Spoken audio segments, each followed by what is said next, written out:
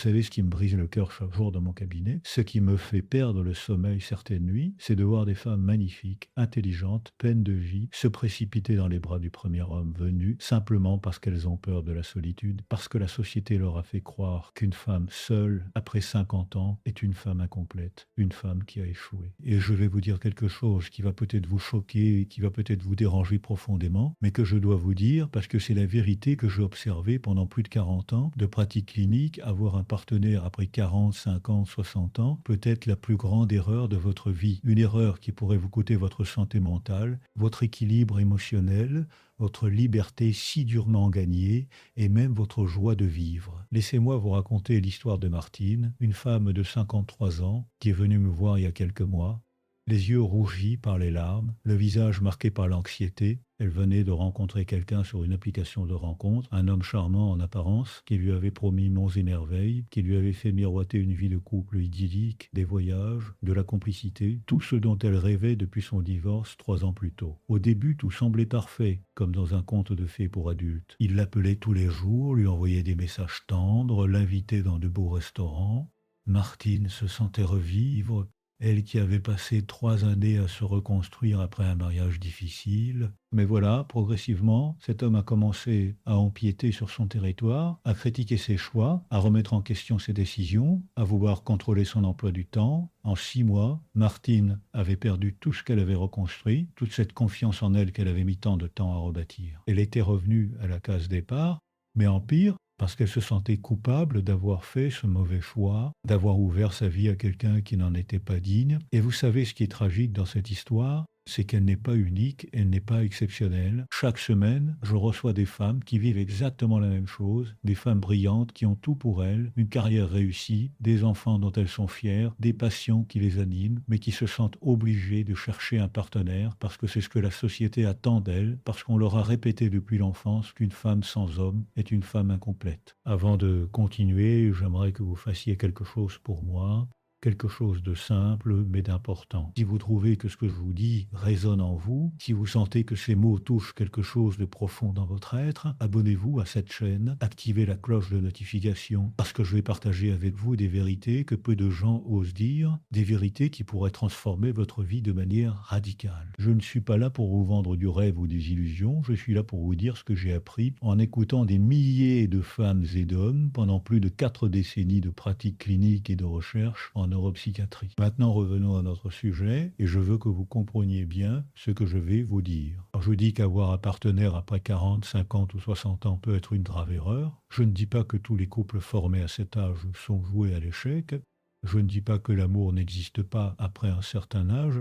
Ce serait absurde et contraire à tout ce que je sais de la résilience humaine et de notre capacité à nous attacher tout au long de notre vie. Ce que je dis, c'est que la pression sociale qui pousse les femmes à chercher absolument un partenaire, coûte que coûte, sans discernement, sans prendre le temps de vraiment se connaître soi-même d'abord, cette pression est toxique et dangereuse. Imaginez la scène suivante. Vous êtes à un dîner entre amis, toutes des femmes de votre âge, la cinquantaine bien assumée. La conversation tourne inévitablement autour des relations amoureuses. Chacune raconte ses expériences sur les applications de rencontres, les rendez-vous décevants, les hommes qui cherchent des femmes plus jeunes, ceux qui sont encore mariés et qui mentent, ceux qui sont émotionnellement indisponibles. Et puis il y a cette amie, appelons-la Sophie, qui annonce fièrement qu'elle a rencontré quelqu'un, que c'est sérieux, qu'elle est heureuse. Immédiatement, vous sentez quelque chose se contracter dans votre poitrine, une petite voix intérieure qui vous dit que vous devriez vous aussi être en couple, que vous êtes en retard, que le temps passe et que vous allez finir seul. Cette petite voix, c'est le poison de la comparaison sociale. Elle est en train de vous pousser vers une décision qui pourrait ruiner votre vie. Parce que voilà ce qui va se passer si vous cédez à cette pression, si vous vous précipitez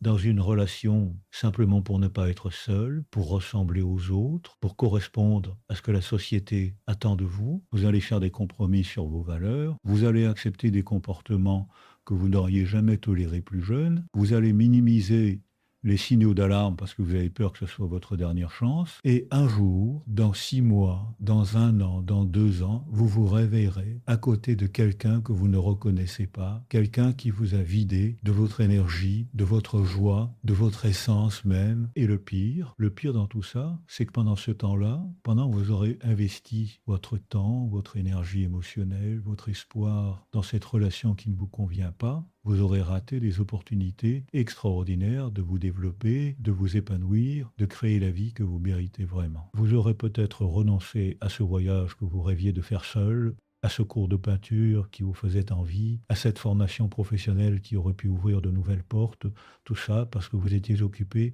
à essayer de faire fonctionner une relation qui n'était pas faite pour vous. Mais attendez, parce que ce n'est pas tout. Et je veux que vous compreniez bien la gravité de la situation. Ce n'est pas seulement votre temps que vous perdez, ce n'est pas seulement des opportunités que vous ratez, c'est votre santé mentale qui est en jeu, votre estime de vous-même, votre capacité à faire confiance à votre propre jugement. Chaque relation toxique dans laquelle vous vous engagez laisse des cicatrices, des blessures qui mettent de plus en plus de temps à guérir. Et si vous continuez sur cette voie, si vous continuez à chercher désespérément un partenaire sans d'abord faire le travail sur vous-même, vous allez vous retrouver dans un état de fragilité émotionnelle tel que vous ne pourrez plus faire la différence entre un homme qui vous veut du bien et un homme qui va vous détruire. J'ai vu des femmes perdre leur maison, leurs économies, leurs relations avec leurs enfants, tout ça parce qu'elles ont fait confiance aux mauvais hommes au mauvais moment de leur vie.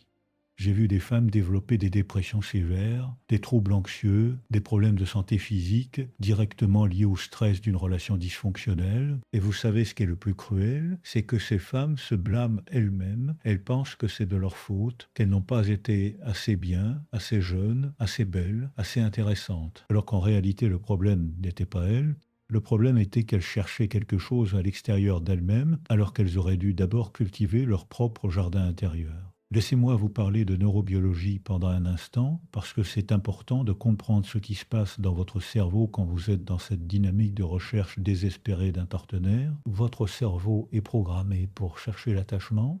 C'est une fonction de survie qui remonte à nos ancêtres préhistoriques. Quand vous êtes seul, surtout après avoir été en couple pendant longtemps, votre cerveau interprète cette solitude comme une menace. Il active votre système d'alarme, votre amygdale entre en hyperactivité et vous ressentez de l'anxiété, parfois même de la panique.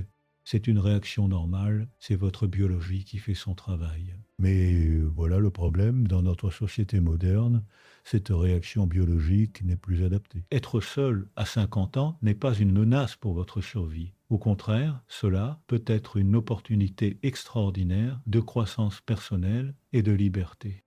Mais votre cerveau ne le sait pas, il continue à vous envoyer des signaux d'alarme, et si vous ne comprenez pas ce mécanisme, si vous ne savez pas comment le gérer, vous allez prendre des décisions impulsives pour faire taire cette anxiété, vous allez vous précipiter dans les bras du premier homme qui vous montre un peu d'attention, simplement pour apaiser votre système nerveux. Et c'est exactement comme ça que vous finissez dans des relations toxiques, parce que vous cherchez à l'extérieur une solution à un problème qui est à l'intérieur.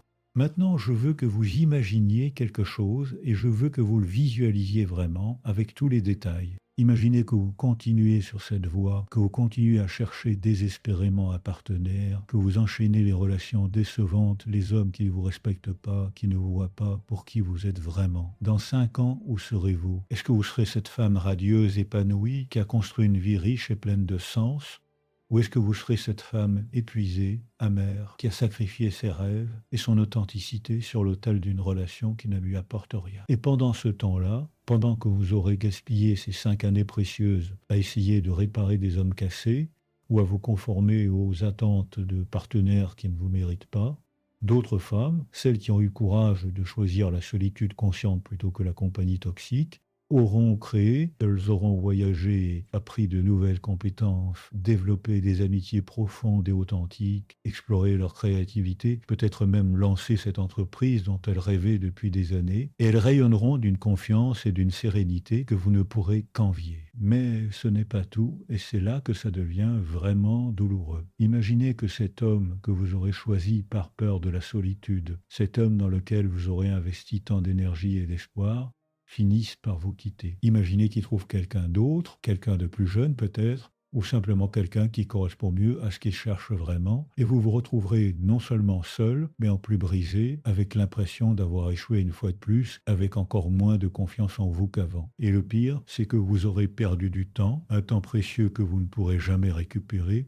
des années que vous auriez pu consacrer à vous construire, à devenir la meilleure version de vous-même. Parce que voilà la vérité que personne ne vous dit, le temps n'attend pas, et à 50, 60 ans, chaque année compte. Vous n'avez plus le luxe de gaspiller votre vie dans des relations qui ne vous nourrissent pas, qui ne vous font pas grandir, qui ne vous respectent pas profondément. Chaque jour que vous passez avec le mauvais partenaire est un jour de moins que vous pourriez passer à créer la vie que vous méritez vraiment. Et si je vous disais qu'il y a quelque chose de pire encore, si je vous disais que non seulement vous risquez de perdre votre temps et votre énergie, mais que vous risquez aussi de transmettre ce modèle dysfonctionnel à vos enfants, à vos petits-enfants, parce que les enfants apprennent par l'exemple, pas par les discours. Si vos filles vous voient accepter l'inacceptable, se contenter de miettes d'affection, sacrifier vos besoins pour garder un homme, qu'est-ce qu'elles vont apprendre sur les relations amoureuses? Qu'est-ce qu'elles vont reproduire dans leur propre vie? Vous voulez vraiment leur transmettre ce message que la valeur d'une femme dépend du fait qu'elle soit en couple ou non, qu'il vaut mieux être mal accompagnée que seule. Écoutez-moi bien, parce que ce que je vais vous dire maintenant est crucial. La solitude n'est pas votre ennemi, la solitude est votre allié, votre professeur, votre guide vers une vie plus authentique et plus épanouissante. Mais il y a solitude et solitude. Il y a la solitude subie, celle qui fait mal, celle qui vous fait vous sentir abandonné, rejeté, insuffisante. Et il y a la solitude choisie, celle qui est un acte de courage et de sagesse, celle qui vous permet de vous retrouver, de vous reconnecter à qui vous êtes vraiment, loin des attentes et des jugements des autres. La différence entre ces deux types de solitude, c'est la conscience et l'attention. Quand vous choisissez consciemment d'être seul, non pas parce que vous fuyez les relations, mais parce que vous refusez de vous contenter de moins que ce que vous méritez, quelque chose de magique se produit. Vous commencez à développer une relation avec vous-même, une relation d'amour, de respect, de bienveillance. Vous apprenez à vous écouter, à identifier vos vrais besoins, vos vraies valeurs, vos vraies aspirations, pas celles que la société a programmées en vous, mais celles qui viennent du plus profond de votre être. Et c'est seulement à partir de cette base solide, de cette connaissance intime de vous-même, que vous pouvez construire une relation saine avec quelqu'un d'autre. Parce que voyez-vous, la plupart des gens cherchent un partenaire pour combler un vide, pour réparer quelque chose qui est cassé en eux, pour se sentir complet, mais c'est exactement l'inverse qu'il faudrait faire. Vous devez d'abord devenir complète en vous-même, vous devez d'abord apprendre à vous aimer, à vous respecter, à vous traiter avec la tendresse et l'attention que vous méritez. Et c'est seulement quand vous êtes dans cet état de plénitude intérieure que vous pouvez attirer un partenaire qui soit vraiment à votre hauteur, quelqu'un qui vient enrichir votre vie et non pas la compliquer. Vous vous demandez peut-être comment faire concrètement, comment passer de cette peur de la solitude à cette solitude choisie et épanouissante. Et c'est exactement ce que je vais vous expliquer maintenant. Et je veux que vous écoutiez attentivement parce que ce que je vais vous dire pourrait littéralement transformer votre vie. La première chose que vous devez faire, et c'est absolument fondamental, c'est de prendre conscience de vos schémas relationnels. Chacune de nous a des schémas, des patterns qui se répètent dans nos relations, des dynamiques que nous reproduisons encore et encore sans même nous en rendre compte. Ces schémas se sont formés dans votre enfance, dans votre famille d'origine, dans vos premières relations amoureuses. Peut-être que vous avez tendance à choisir des hommes émotionnellement indisponibles parce que votre père l'était. Peut-être que vous vous sacrifiez toujours pour l'autre parce que c'est ce que votre mère faisait et que c'est le seul modèle d'amour que vous connaissez. Peut-être que vous attirez des hommes contrôlants parce qu'une partie de vous croit qu'elle ne mérite pas mieux. Pour identifier ces schémas, je vous propose un exercice simple mais puissant. Prenez un carnet et écrivez l'histoire de vos 3 dernières relations importantes. Pas les détails superficiels, mais les dynamiques profondes. Comment ces relations ont-elles commencé? Qu'est-ce qui vous a attiré chez ces hommes? Quels ont été les premiers signes de problème? Comment avez-vous réagi? Comment ces relations se sont-elles terminées? Et surtout, quels sont les points communs entre ces 3 relations? Vous allez être surprise de découvrir qu'il y a probablement un fil rouge, un pattern qui se répète. C'est ce pattern que vous devez identifier et comprendre avant de vous engager dans une nouvelle relation. Ensuite, et c'est la deuxième étape cruciale, vous devez faire le deuil de vos illusions romantiques. Je sais que ça peut sembler dur, presque cynique, mais écoutez-moi bien. Nous avons tout été conditionnés par les contes de fées, par les films romantiques, par toute cette culture qui nous vend l'idée que l'amour résout tous les problèmes, que le bon partenaire va nous compléter, nous sauver, nous rendre heureux. C'est un mensonge dangereux qui vous empêche de voir la réalité. L'amour ne résout rien. L'amour ne fait que révéler qui vous êtes vraiment et quels sont vos défis personnels. Un partenaire ne peut pas vous compléter parce que vous êtes déjà complète, vous n'avez besoin de personne pour être entière et personne ne peut vous rendre heureuse. Le bonheur est un travail intérieur, une pratique quotidienne, une décision que vous prenez indépendamment des circonstances extérieures. Quand vous comprenez vraiment cela, quand vous intégrez cette vérité dans chaque cellule de votre être, tout change. Vous arrêtez de chercher désespérément un sauveur et vous commencez à construire votre propre vie, une vie qui vous ressemble, qui vous nourrit, qui a du sens pour vous. La troisième chose que vous devez faire, et c'est peut-être la plus importante, c'est de développer une relation d'amour avec vous-même. Je ne parle pas d'égoïsme, je ne parle pas de narcissisme, je parle d'un amour authentique et profond pour qui vous êtes, avec vos qualités et vos défauts, avec votre histoire et vos blessures, avec vos rêves et vos peurs, avec vos rêves et vos peurs. Cet amour de soi, ce n'est pas quelque chose que vous ressentez automatiquement, c'est quelque chose que vous cultivez, que vous pratiquez, que vous nourrissez jour après jour. Comment fait-on concrètement? En commençant par changer le discours intérieur, cette petite voix dans votre tête qui vous critique, qui vous juge, qui vous compare aux autres.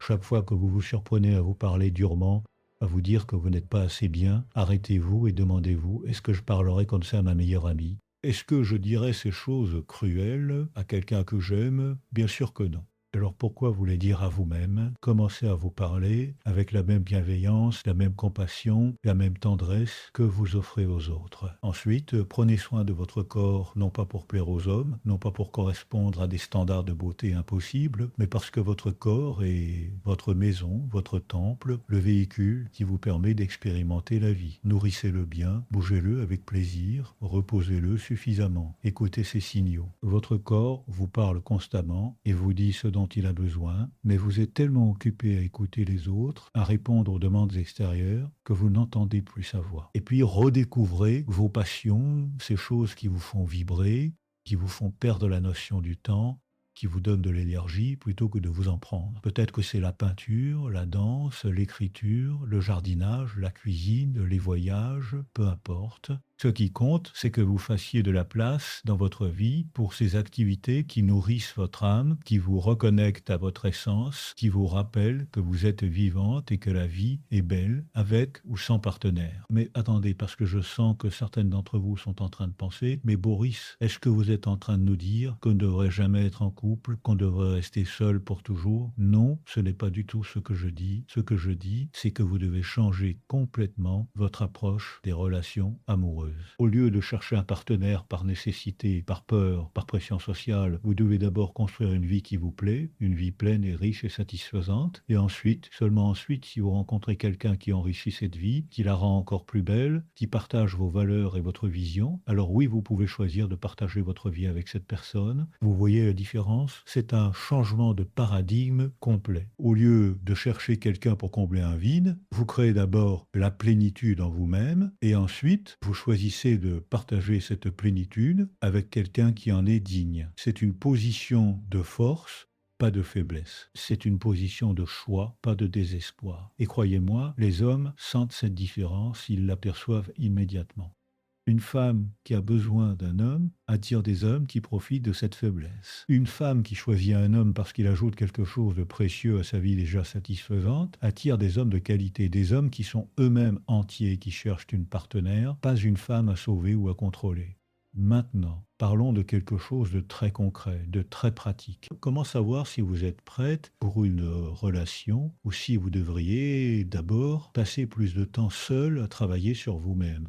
Il y a des signes très clairs, des indicateurs qui ne trompent pas, et vous pensez constamment à être en couple si vous vous sentez incomplète quand vous êtes seul, si vous passez vos soirées sur les applications de rencontres, si vous analysez chaque interaction avec un homme en vous demandant s'il pourrait être le bon, alors vous n'êtes pas prête. Vous êtes dans un état de manque, de dépendance émotionnelle et toute relation que vous commencerez dans cet état sera déséquilibrée dès le départ. En revanche, si vous appréciez vraiment votre solitude, si vous avez des projets qui vous passionnent, si vous avez des amitiés riches et nourrissantes, si vous vous sentez bien dans votre peau la plupart du temps, si vous pouvez passer un week-end seul sans vous ennuyer ou vous sentir déprimé, parce que vous ne cherchez pas quelqu'un par nécessité, vous êtes ouverte à la possibilité de partager votre vie avec quelqu'un qui en vaut la peine. Et voici un autre indicateur crucial. Posez-vous cette question: est-ce que j'accepterais de vivre le reste de ma vie seule si je ne rencontrais jamais le bon partenaire? Si la réponse est non, si cette idée vous terrifie, si vous ne pouvez même pas l'envisager, alors vous avez encore du travail à faire sur vous-même, parce que tant que vous avez peur de la solitude, tant que vous la considérez comme un échec ou une punition,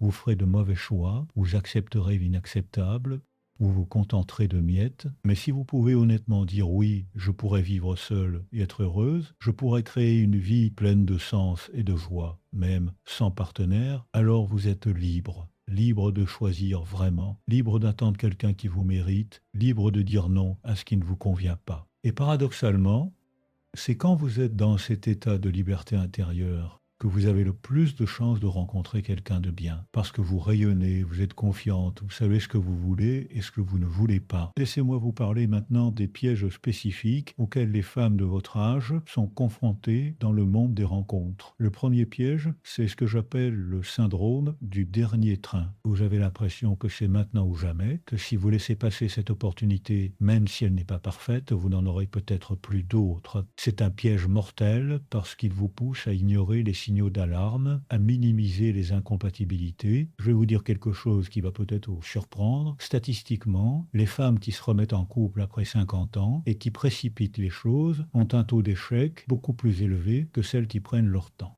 Pourquoi? Parce qu'elles prennent des décisions basées sur la peur plutôt que sur la clarté, sur le désespoir plutôt que sur le discernement. Ne tombez pas dans ce piège. Il n'y a pas de dernier train, il y a votre vie, ici et maintenant, et chaque jour est une opportunité de faire des choix qui vous honorent. Le deuxième piège, c'est ce que j'appelle le projet de rénovation. Vous rencontrez un homme qui a du potentiel, qui pourrait être bien, si seulement il changeait ceci ou cela. Peut-être qu'il boit un peu trop, mais vous vous dites qu'avec votre amour, il va arrêter. Peut-être qu'il est un peu égoïste, mais vous vous dites que vous allez lui apprendre à être plus attentionné. Peut-être qu'il a des problèmes de colère, mais vous vous dites que c'est parce qu'il a été blessé et que vous allez le guérir. Arrêtez, arrêtez tout de suite. Vous n'êtes pas une thérapeute, vous n'êtes pas une sauveuse, et un homme adulte n'est pas un projet de rénovation. Les gens ne changent que s'ils veulent changer. Pour eux-mêmes, pas pour vous. Et même quand ils veulent vraiment changer, ça prend du temps, des efforts, souvent une thérapie professionnelle. Vous ne pouvez pas aimer quelqu'un suffisamment fort pour le transformer. Tout ce que vous pouvez faire, c'est vous épuiser, vous frustrer et finalement vous briser contre le mur de sa résistance au changement. Alors voici une règle d'or. Ne vous engagez jamais avec quelqu'un en espérant qu'il va changer. Acceptez-le tel qu'il est aujourd'hui. Vous passez votre chemin. Le troisième piège, et celui-ci est particulièrement insidieux, c'est la nostalgie du passé. Vous rencontrez quelqu'un qui vous rappelle votre premier amour ou qui ressemble à votre ex-mari dans ses bons jours et vous projetez sur cette nouvelle personne tous vos souvenirs idéalisés du passé. Mais vous ne voyez pas qui est vraiment cet homme devant vous. Vous voyez qui vous voulez qu'il soit, qui vous espérez qu'il soit. C'est une forme d'aveuglement volontaire et elle peut vous coûter très cher. Chaque personne est unique, chaque relation est différente et vous devez voir clairement qui est devant vous, pas qui vous imaginez ou qui vous espérez. Maintenant, je veux vous parler de quelque chose de très important, quelque chose que j'ai observé chez des centaines de femmes qui ont réussi à créer des vies épanouissantes après 40, 50, 60 ans, avec ou sans partenaire. Ces femmes ont toutes un point commun, elles ont développé ce que j'appelle une identité solide et indépendante. Qu'est-ce que ça veut dire concrètement? Ça veut dire qu'elles savent qui elles sont, ce qu'elles veulent, ce qu'elles ne veulent pas, et elles ne sont pas prêtes à négocier sur leurs valeurs fondamentales pour garder un homme.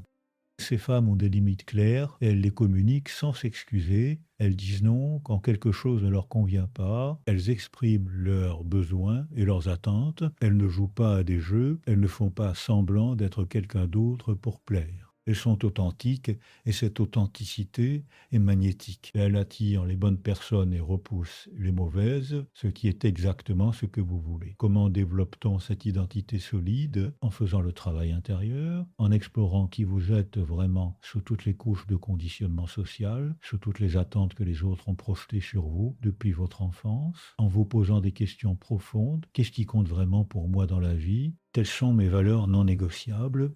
Qu'est-ce qui me rend vraiment heureuse? Est-ce que je ne le tolère plus dans ma vie? Qu'est-ce que je veux créer dans les années qui me restent? Ces questions ne sont pas faciles. Elles demandent de la réflexion, de l'honnêteté, parfois même du courage, parce que les réponses peuvent vous surprendre, peuvent vous obliger à remettre en question des choix que vous avez faits, des chemins que vous avez pris. Mais c'est un travail essentiel et plus vous le faites, plus vous devenez clair, plus vous devenez forte, plus vous devenez irrésistible dans le bon sens du terme. Et puis, il y a la question des standards, des critères que vous avez pour un partenaire. Beaucoup de femmes de votre âge ont des standards beaucoup trop bas. Elles acceptent des comportements, des attitudes, des situations qu'elles n'auraient jamais tolérées plus jeunes. Pourquoi? Parce qu'elles ont intériorisé le message que leur valeur a diminué avec l'âge, qu'elles doivent être reconnaissantes si un homme s'intéresse à elles, qu'elles n'ont plus le luxe d'être difficiles. C'est de la pure folie et je veux que vous rejetiez ce message toxique avec toute la force de votre être. Votre valeur n'a pas diminué avec l'âge, au contraire. Vous avez plus d'expérience, plus de sagesse, plus de clarté sur ce qui compte vraiment. Vous avez survécu à des épreuves, vous avez élevé des enfants peut-être, vous avez construit une carrière, vous avez appris, vous avez grandi, vous êtes plus intéressante, plus profond, plus riche intérieurement que vous ne l'étiez à 20 ou 30 ans. Alors pourquoi accepteriez-vous moins? Pourquoi baisseriez-vous vos standards au moment où vous devriez les élever? Je vais vous dire quels devraient être vos standards minimums et je veux que vous les écriviez quelque part, que vous les gardiez lisibles, que vous vous les rappeliez chaque fois que vous êtes tenté de faire des compromis. Premièrement, le respect absolu. Votre partenaire doit vous respecter dans vos opinions, vos choix, vos limites, votre temps, votre espace. S'il se moque de vous, s'il minimise vos sentiments, s'il ignore vos limites, s'il ne tient pas compte de votre emploi du temps, ce n'est pas le bon. Point final. Deuxièmement, l'honnêteté et la transparence. Votre partenaire doit être honnête avec vous sur qui il est, ce qu'il veut, où il en est dans sa vie. S'il ment, s'il cache des choses importantes, s'il a une vie secrète, partez immédiatement. L'honnêteté est la fondation de toute relation saine. Sans elle, vous construisez sur du sable. Troisièmement, la réciprocité émotionnelle. Votre partenaire doit être capable de donner autant qu'il reçoit, de s'intéresser à votre vie autant qu'à la sienne, de vous soutenir dans vos projets autant que vous le soutenez dans les siens. Si vous vous retrouvez toujours à donner, à écouter, à soutenir, à vous adapter, sans recevoir la même chose en retour, vous n'êtes pas dans une relation, vous êtes dans un service de soins à domicile non rémunéré. Quatrièmement, la compatibilité de valeurs et de vision. Vous et votre partenaire n'avez pas besoin d'être identiques, mais vous devez partager les mêmes valeurs fondamentales et avoir une vision compatible de ce que vous voulez créer ensemble. Si l'un veut voyager et l'autre veut rester chez lui, si l'un valorise la famille et l'autre l'indépendance totale, si l'un est généreux et l'autre avare, vous allez avoir des conflits constants. L'amour ne suffit pas si les valeurs et la vision ne sont pas alignées. Cinquièmement, et c'est peut-être le plus important, la capacité à la croissance et à la communication. Votre partenaire doit être capable de se remettre en question, d'apprendre, de grandir, de communiquer sur les difficultés plutôt que de fuir ou d'exploser. Si vous êtes avec quelqu'un qui refuse de parler des problèmes, qui nie sa part de responsabilité dans les conflits, qui ne veut jamais changer ou s'améliorer, vous êtes dans une impasse. Ces 5 critères ne sont pas négociables. Ce sont le minimum absolu pour une relation saine et épanouissante. Et si vous pensez que c'est trop demandé et que vous ne trouverez jamais quelqu'un qui réponde à tous ces critères, alors je vous pose cette question. Est-ce que vous préférez être seul et en paix ou mal accompagnée et malheureuse? Parce que ce sont les seules options. Il n'y a pas de juste milieu, il n'y a pas de compromis acceptable sur ces points fondamentaux. Maintenant, je veux aborder quelque chose de délicat mais essentiel, la question de la sexualité après 50 ans. Il y a tellement de mythes, tellement d'idées fausses, tellement de honte autour de ce sujet. La société nous dit que les femmes d'un certain âge ne sont plus sexuelles, qu'elles ne sont plus désirables, qu'elle devrait se contenter de la tendresse et de la compagnie. C'est absolument faux et c'est une autre forme de violence symbolique contre les femmes. Votre sexualité ne disparaît pas à 50 ans. Elle évolue, elle se transforme. Souvent, elle devient plus riche, plus profonde, plus satisfaisante parce que vous êtes plus à l'aise avec votre corps, vous savez mieux ce que vous aimez, vous avez moins de pudeur et d'inhibition. Mais voilà le problème, beaucoup de femmes de votre âge acceptent des relations sexuelles insatisfaisantes parce qu'elles pensent qu'elles n'ont pas le droit d'exiger mieux, qu'elles devraient être reconnaissantes qu'un homme les désire encore. Arrêtez avec ça. Votre plaisir compte, vos désirs comptent, votre satisfaction sexuelle compte autant que celle de votre partenaire, si ce n'est plus. Si vous êtes avec quelqu'un qui ne se soucie pas de votre plaisir, qui ne fait aucun effort pour comprendre ce qui vous fait du bien, qui considère la sexualité comme quelque chose qui prend plutôt que quelque chose que vous partagez, une bonne relation sexuelle après 50 ans devrait être basée sur la communication, la tendresse, la curiosité mutuelle, le respect des besoins et des limites de chacun. Et si vous n'êtes pas en couple, sachez que vous pouvez avoir une vie sexuelle épanouissante seule, oui, j'ai dit ça. Vous pouvez explorer votre propre corps, découvrir ce qui vous fait du bien, vous donner du plaisir sans avoir besoin de quelqu'un d'autre. C'est une forme de soin de soi, une façon de rester connecté à votre corps, à votre vitalité, à votre énergie de vie. Et quand vous êtes à l'aise avec votre propre sexualité, quand vous savez ce que vous aimez et ce que vous ne voulez pas, vous êtes beaucoup mieux équipé pour avoir des relations sexuelles satisfaisantes avec un partenaire si vous en choisissez un. Parlons maintenant de quelque chose que beaucoup de femmes trouvent difficile, dire non, mettre des limites, s'affirmer. Vous avez probablement passé toute votre vie à prendre soin des autres, à répondre aux besoins de tout le monde, à vous adapter, à vous sacrifier. C'est ce qu'on vous a appris à faire, c'est ce qu'on attend des femmes dans notre société. Mais à un moment donné, vous devez vous demander, et moi dans tout ça, quand est-ce que je prends soin de moi? Quand est-ce que mes besoins passent en premier?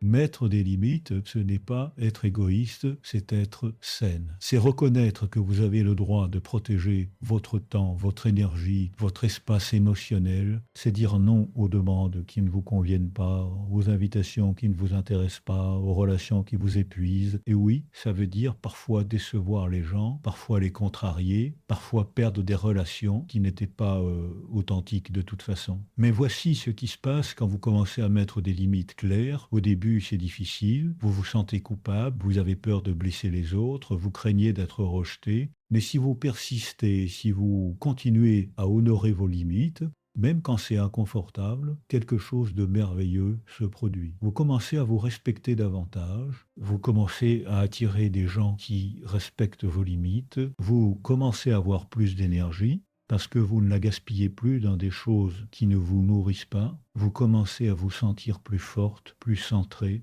plus authentique. Et dans le contexte des relations amoureuses, les limites sont absolument essentielles. Dès le début, dès les premiers rendez-vous, vous devez être clair sur ce que vous acceptez et ce que vous n'acceptez pas. Si quelque chose vous dérange, dites-le. Si un comportement vous met mal à l'aise, exprimez-le. Si vous avez besoin de temps pour vous, prenez-le. Ne faites pas semblant que tout va bien quand ça ne va pas. Ne minimisez pas vos sentiments pour éviter les conflits. Ne vous adaptez pas constamment aux désirs de l'autre en oubliant les vôtres.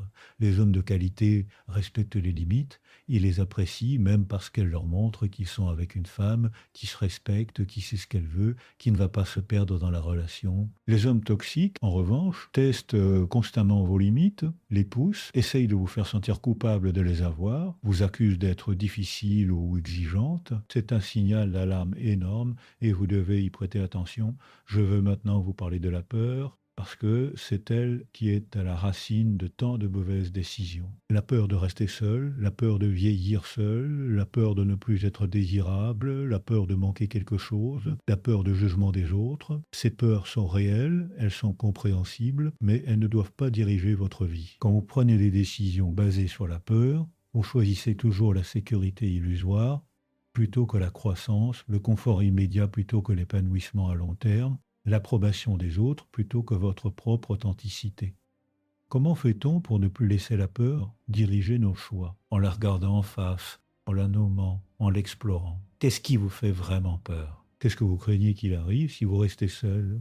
Souvent, quand vous examinez vraiment vos peurs, vous découvrez qu'elles sont irrationnelles ou exagérées. Vous avez peur de vieillir seul, mais regardez autour de vous, les femmes seules ne sont pas toutes malheureuses et isolées. Beaucoup ont des vies riches, des amitiés profondes, des passions qui les animent. Vous avez peur de ne plus être désirable, mais le désir ne dépend pas seulement de l'apparence physique, il dépend de votre énergie, de votre confiance, de votre joie de vivre.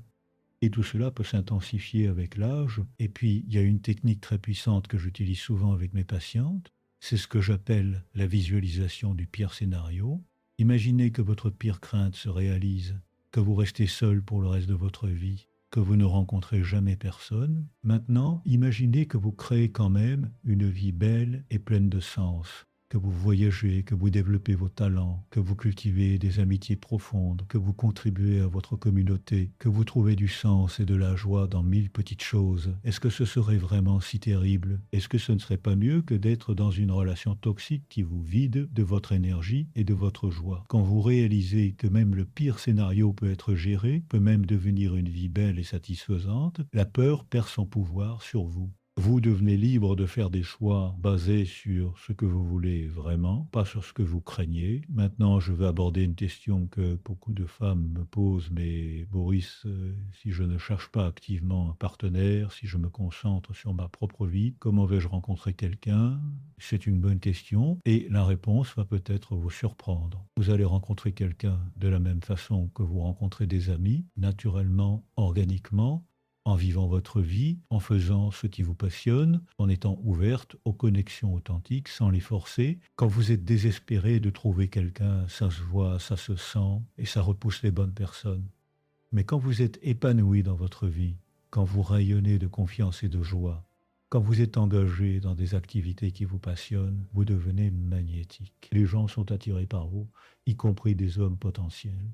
Et parce que vous n'êtes pas désespéré, parce que vous ne cherchez pas à tout prix, vous pouvez voir clairement qui est devant vous, vous pouvez prendre votre temps, vous pouvez choisir consciemment. Les meilleures rencontres se font souvent quand on ne cherche pas, quand on est simplement en train de vivre sa vie. Vous pourriez rencontrer quelqu'un dans un cours que vous prenez, dans un groupe de randonnée, dans une association caritative où vous faites du bénévolat, dans une librairie, chez des amis. Et ces rencontres ont beaucoup plus de chances de déboucher sur quelque chose de significatif parce qu'elles sont basées sur des intérêts communs, sur des valeurs partagées, sur une connexion authentique, plutôt que sur une simple attirance physique ou sur le désespoir de ne pas être seul.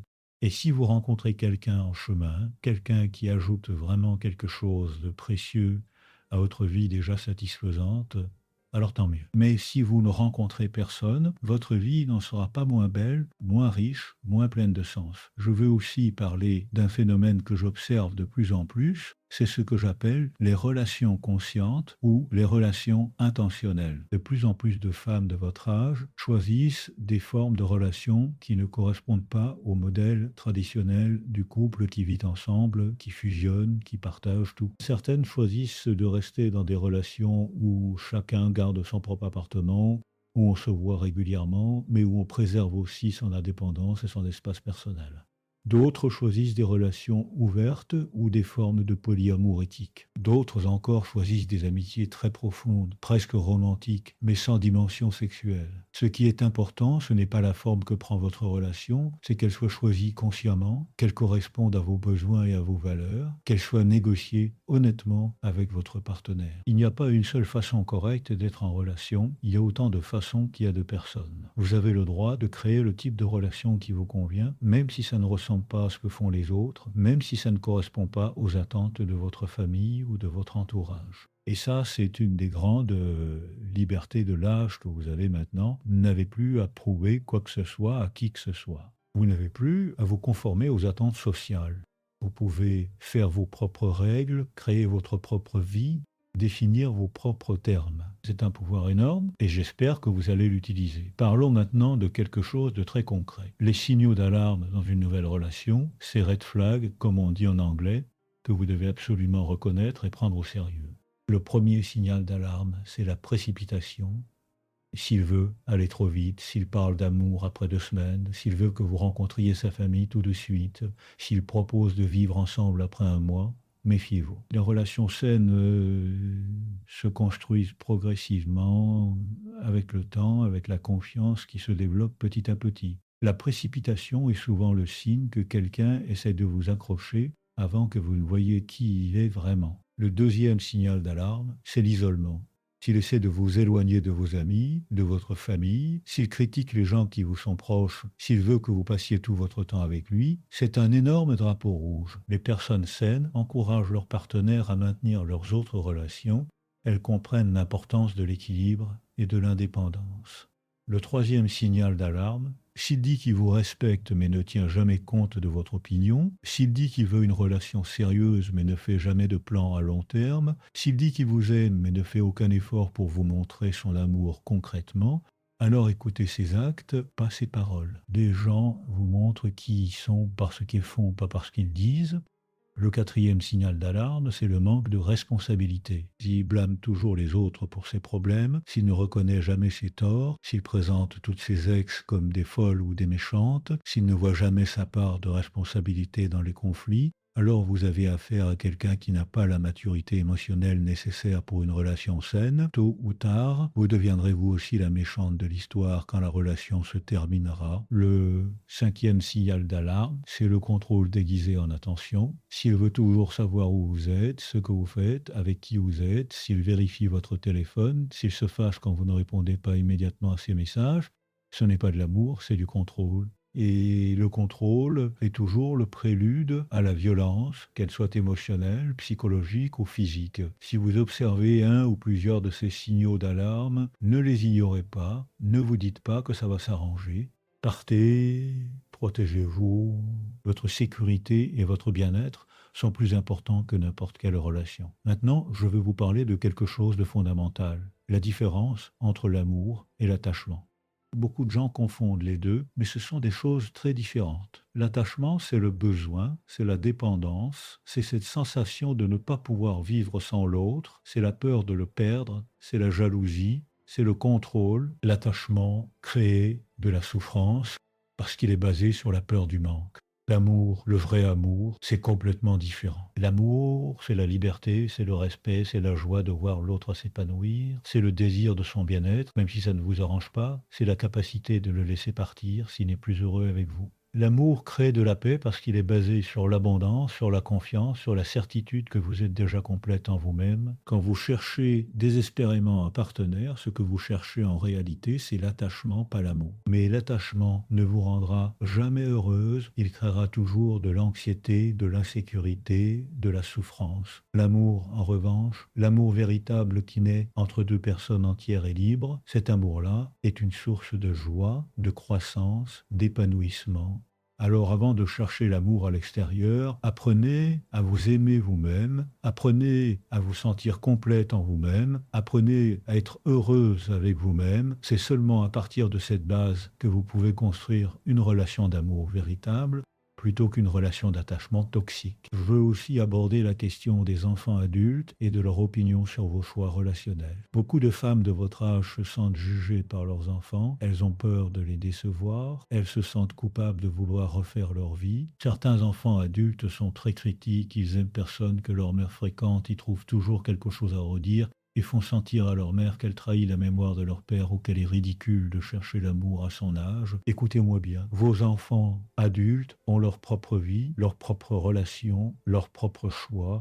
Vous avez le droit d'avoir la vôtre. Vous avez passé des années à les élever, à prendre soin d'eux, à mettre leurs besoins avant les vôtres. Maintenant, c'est votre tour. Vous n'avez pas à demander leur permission, vous n'avez pas à justifier vos choix, vous n'avez pas à renoncer à votre bonheur pour ne pas les déranger. Bien sûr, vous pouvez écouter leurs préoccupations, surtout si elles sont exprimées avec respect et viennent d'un lieu d'amour. Parfois, nos enfants voient des choses que nous ne voyons pas parce que nous sommes aveuglés par nos émotions. Mais au final, c'est votre vie, ce sont vos décisions. Et vous devez faire ce qui est juste pour vous, même si ça déplaît à vos enfants. Et honnêtement, si vos enfants adultes ne peuvent pas supporter de vous voir heureuse et épanouie, s'il préfère que vous restiez seule et malheureuse plutôt que de vous voir avec quelqu'un qui vous fait du bien, alors il y a un problème dans votre relation avec eux. Un problème qui doit être adressé peut-être avec l'aide d'un thérapeute familial. Maintenant, je veux parler d'un sujet que beaucoup trouvent tabou mais qui est absolument crucial, l'argent et les relations après 50 ans. À cet âge, vous avez probablement accumulé du bien, des économies, peut-être une maison, un héritage que vous voulez transmettre à vos enfants. Et il y a des hommes, malheureusement, qui cherchent spécifiquement des femmes dans votre situation pour profiter de leur situation financière. Vous devez être extrêmement prudente avec l'argent dans une nouvelle relation.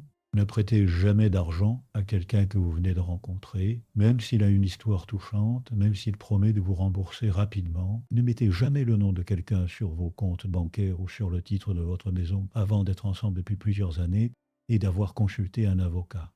Ne payez pas systématiquement pour tout, sous prétexte qu'il traverse une période difficile financièrement. Dans une relation saine, il y a une réciprocité financière qui correspond aux moyens de chacun.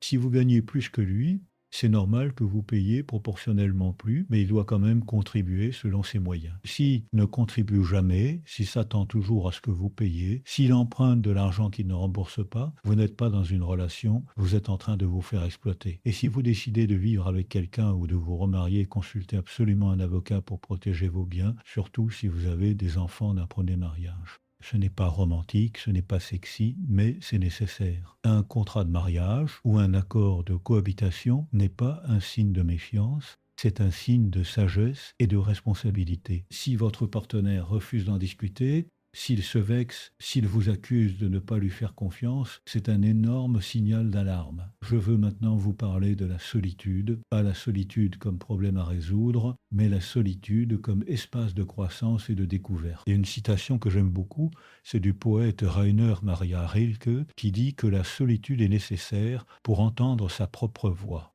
Dans notre société hyper connectée, hyper stimulée, nous avons perdu l'habitude d'être seuls avec nous-mêmes. Nous remplissons chaque moment de silence avec du bruit, des distractions, des activités, parce que nous avons peur de ce que nous pourrions entendre si nous nous arrêtions vraiment. Mais c'est précisément dans ces moments de solitude, dans ce silence intérieur, que vous pouvez vous connecter à votre sagesse profonde, à votre intuition, à votre vérité. C'est là que vous pouvez entendre ce que votre âme veut vraiment, ce qui compte vraiment pour vous, de quelle direction prendre dans votre vie. Si vous fuyez constamment la solitude en cherchant désespérément un partenaire ou en vous noyant dans les distractions, vous ne pourrez jamais accéder à cette sagesse intérieure. Je vous encourage à créer des moments de solitude intentionnels dans votre vie. Ça peut être une promenade seule dans la nature, une matinée de silence chez vous sans télévision ni téléphone, un week-end en retraite, peu importe. Ce qui compte, c'est que vous appreniez à être confortable avec vous-même, à apprécier votre propre compagnie, à découvrir qui vous êtes quand vous n'êtes pas en train de jouer un rôle pour quelqu'un d'autre. Au début, ça peut être inconfortable, même angoissant. Vous pourriez ressentir de la tristesse, de la peur, de l'ennui. C'est normal, c'est même sain. Ces émotions ont besoin d'être ressenties, d'être accueillies, d'être traversées. Si vous les fuyez constamment, mais si vous leur faites face, si vous les accueillez avec compassion, elles se transforment, elles perdent leur pouvoir sur vous et vous découvrez qu'au-delà de ces émotions difficiles, il y a une paix, une clarté, une force que vous ne soupçonniez pas. Et voici quelque chose de fascinant que j'ai observé dans ma pratique. Les femmes qui ont appris à être vraiment confortables avec la solitude, qui ont fait ce travail intérieur, qui se sont reconnectées à elles-mêmes, ces femmes-là attirent des partenaires de beaucoup meilleure qualité quand elles décident d'être en relation. Pourquoi? Parce qu'elles ne dégagent plus cette énergie de besoin, de manque, de désespoir. Elle dégage une énergie de plénitude, de confiance, de choix. Et cette énergie est irrésistible pour les hommes matures et émotionnellement sains. Maintenant, je veux aborder une question pratique que beaucoup de femmes se posent, les applications de rencontres et les sites internet. Est-ce que c'est une bonne façon de rencontrer quelqu'un après 50 ans? La réponse est ça dépend. Ça dépend de votre état d'esprit, de vos attentes, de votre capacité à garder des limites claires et à ne pas vous laisser aspirer dans une dynamique addictive.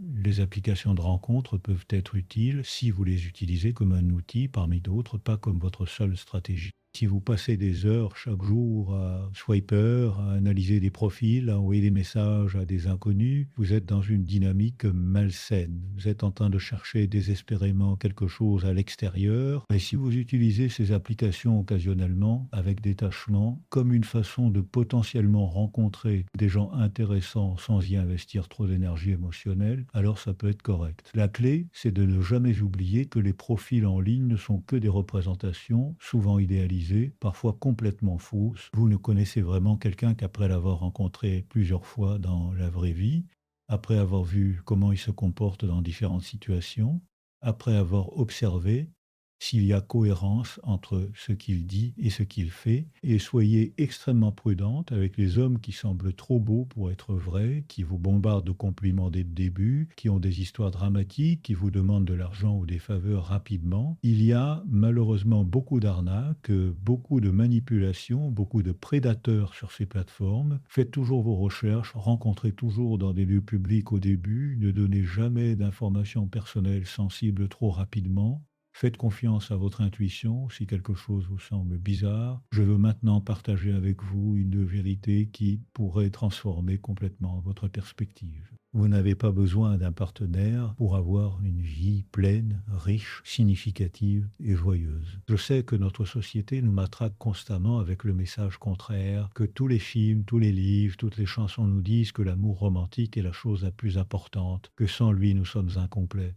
Mais c'est un mensonge qui sert des intérêts commerciaux et culturels, mais qui ne correspond pas à la réalité de l'épanouissement humain. Il y a d'autres formes d'amour tout aussi importantes, tout aussi nourrissantes que l'amour romantique. L'amour pour vos enfants et petits-enfants, l'amour de vos amis proches, l'amour de votre communauté, l'amour de la nature, l'amour de l'art, l'amour de la connaissance, l'amour de la contribution, l'amour de vous-même. Toutes ces formes d'amour peuvent remplir votre vie de sens, de connexion, de joie.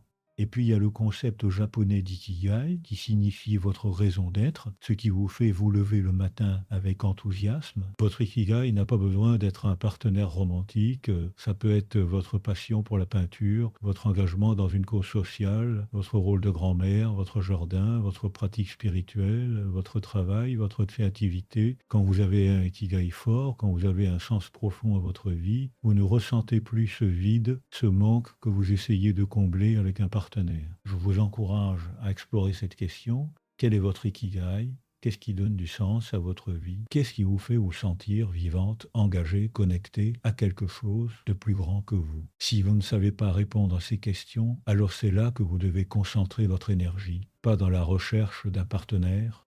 Maintenant, je veux vous parler de quelque chose que j'ai observé chez les femmes qui vieillissent bien, qui restent vibrantes, joyeuses, engagées dans la vie jusqu'à un âge très avancé. Ces femmes ont toutes un point commun, elles ont cultivé ce que j'appelle une vie multidimensionnelle. Elles ne mettent pas tous leurs œufs dans le même panier, elles ne dépendent pas d'une seule source pour leur bonheur et leur épanouissement. Elles ont des amitiés profondes et variées, elles ont des passions qui les animent. Elles ont des projets qui les stimulent intellectuellement. Elles ont des pratiques qui nourrissent leur corps et leur esprit. Et oui, certaines ont aussi un partenaire. Mais ce partenaire n'est qu'une dimension de leur vie. Pas la seule, pas même nécessairement la plus importante. C'est cette richesse, cette diversité dans leur vie qui les rend résilientes. Si une dimension ne va pas bien, elles ont d'autres sources de joie et de sens. Elles ne s'effondrent pas parce qu'une relation se termine, ou parce qu'elles sont seules, parce que leur vie est tellement plus vaste qu'une seule relation. Alors je vous encourage à construire cette vie multidimensionnelle dès maintenant. Investissez dans vos amitiés vraiment profondément. Organisez des dîners, des week-ends, des voyages avec vos amis. Créez des rituels, des traditions. Soyez présente pour elles. Soutenez-les. Partagez vos vulnérabilités, vos peurs, vos rêves. Les amitiés féminines profondes sont une des plus grandes sources de bonheur et de résilience dans la vie d'une femme. Développez vos passions, ces choses qui vous font perdre la notion du temps, qui vous mettent dans un état de flow. Si vous n'avez pas de passion, explorez, essayez différentes choses, soyez curieuse, ouverte. Peut-être que vous allez découvrir un talent pour la poterie, pour l'écriture, pour la photographie, pour la danse. Peu importe ce que c'est. Ce qui compte, c'est que ça vous anime, que ça vous donne de l'énergie. Continuez à apprendre toujours.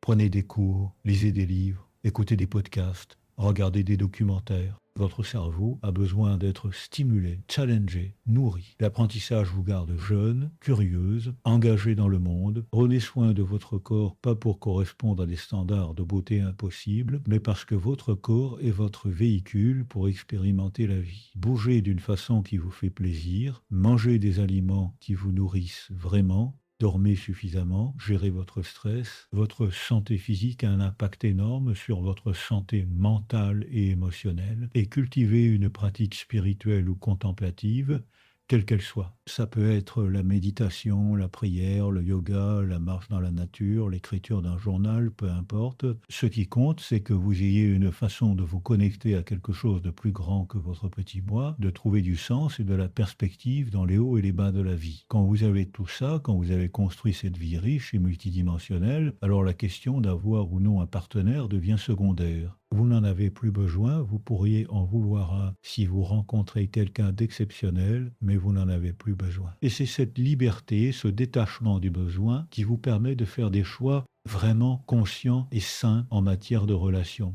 Je veux maintenant vous parler d'un concept que j'ai développé dans mes recherches sur la résilience. C'est ce que j'appelle les tuteurs de résilience. Ce sont les personnes, les expériences, les ressources qui vous aident à rebondir après les épreuves, à transformer la souffrance en croissance, à trouver du sens même dans les moments les plus difficiles. Après 50 ans, vous avez probablement traversé des épreuves, des pertes, des déceptions, peut-être un divorce, peut-être la mort d'un être cher, peut-être des problèmes de santé, des échecs professionnels. Ces épreuves vous ont soit affaibli, soit renforcé, selon que vous aviez ou non des tuteurs de résilience. Les tuteurs de résilience peuvent être des personnes qui croient en vous, qui vous soutiennent inconditionnellement, qui vous aident à voir vos forces, même quand vous ne voyez que vos faiblesses. Ça peut être une amie, une sœur, une thérapeute, un mentor. Mais ça peut aussi être des ressources intérieures que vous avez développées, votre capacité à donner du sens à ce qui vous arrive, votre humour, votre créativité, votre spiritualité, votre capacité à demander de l'aide. Si vous n'avez pas de tuteur de résilience solide dans votre vie, c'est une priorité absolue de les développer. Parce que la vie va continuer à vous envoyer des défis, c'est inévitable. Et si vous n'avez pas de soutien, si vous n'avez pas de ressources pour faire face, vous allez soit vous effondrer, soit vous accrocher désespérément à n'importe qui, même à quelqu'un qui n'est pas bon pour vous, juste pour ne pas être seul face à l'adversité.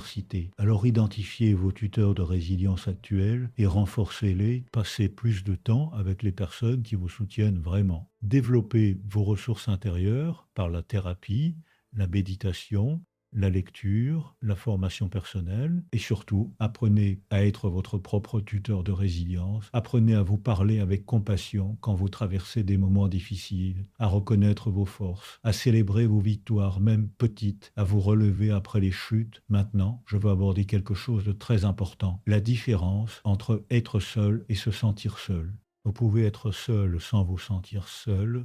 Et vous pouvez être en couple et vous sentir profondément seul. La solitude émotionnelle, ce sentiment d'être incomprise, non vue, non appréciée pour qui vous êtes vraiment, peut être encore plus douloureuse dans une relation que dans la solitude physique. Combien de femmes ai-je vu qui étaient mariées depuis des années mais qui se sentaient terriblement seules parce que leur partenaire ne les écoutait pas vraiment, ne s'intéressait pas à leur vie intérieure, ne les voyait pas dans leur complexité, leur profondeur.